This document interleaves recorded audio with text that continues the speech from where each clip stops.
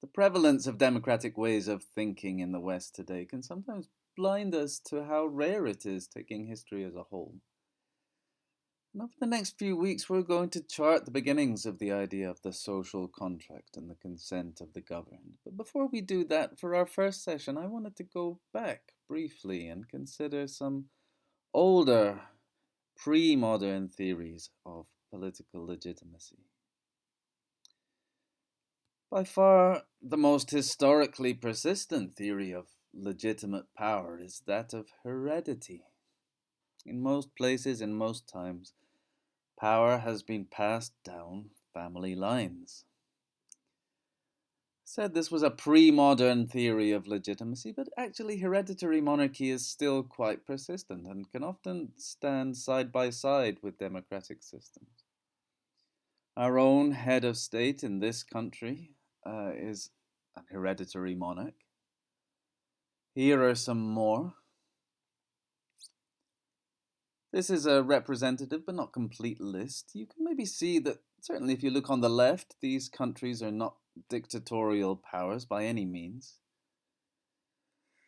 Some people in this country say that the monarchy protects our democratic system, it keeps it in place.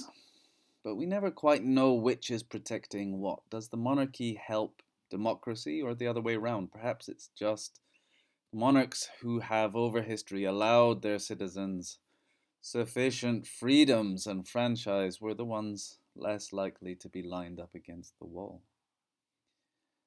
But the obvious logical point to make about heredity as a principle of political legitimacy is that it begs the question. It raises the question that it seeks to answer. If your answer to the question, how come you get to be king then, is, well, I'm king because my father was king, then the question simply reiterates, how did he get to be king?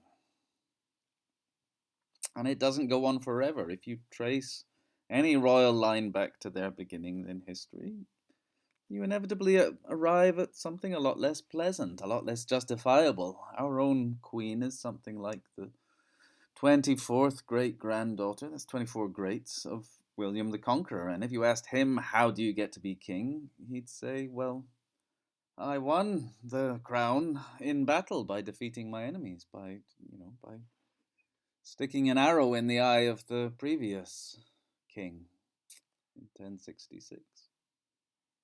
So nearly all monarchs at some point feel the need to invoke a higher power, a higher supernatural power that justifies their rule. And this is what, in the last video, King Arthur is doing when he talks about the lady in the lake holding aloft the sword Excalibur. And that's part of the original legend of King Arthur, and it's what we might call a legitimation myth. It's a story that offers some miraculous justification for worldly power. And the Bible's full of them. And we can see this principle at work in many monarchies, in the idea of the divine right of kings. The idea that the king is given the right to rule over us by God. In British history, the doctrine of divine right of kings is associated with the first king of united Great Britain, James I, who wrote a treatise declaring his own heavenly mandate to rule. But there's always been some notion of divine right in any monarchy. A.C. Hocart, who's a political anthropologist, he says that as far back as you go in recorded history, you find kings and you find the divine right of kings. I think it's fair, we don't know obviously, but I think it's fair to speculate that the idea of God, of our God, was invented by some king somewhere when confronted by an annoying peasant, asking him, how do you get to be king then? Because there's always been annoying peasants throughout history, everywhere. It's, I think, a natural question to ask. And the divine right of kings or queens is still implicitly part of our own monarchical system.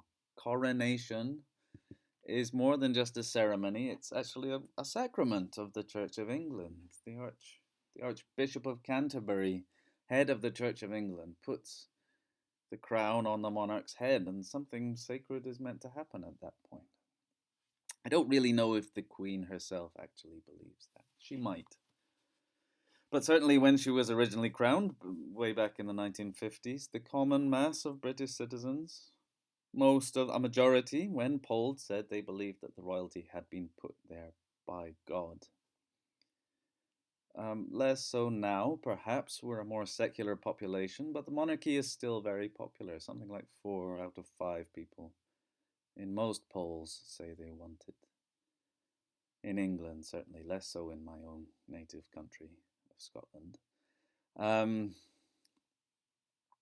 But I want to know from you what, if anything, gives the British Queen or any monarch the right to do the job. So, I mean, maybe when we meet, you can ask each other, you can tell each other. Do you come from a country with hereditary monarchy? Is the monarchy popular with the population? Whether or not you do, what kind of justifications might you have heard offered for the existence of a monarchy? Is an hereditary monarchy completely compatible with democracy, or is there always going to be some tension there? And is it justifiable in your opinion? Let me know when we meet. I'd like to hear your opinion.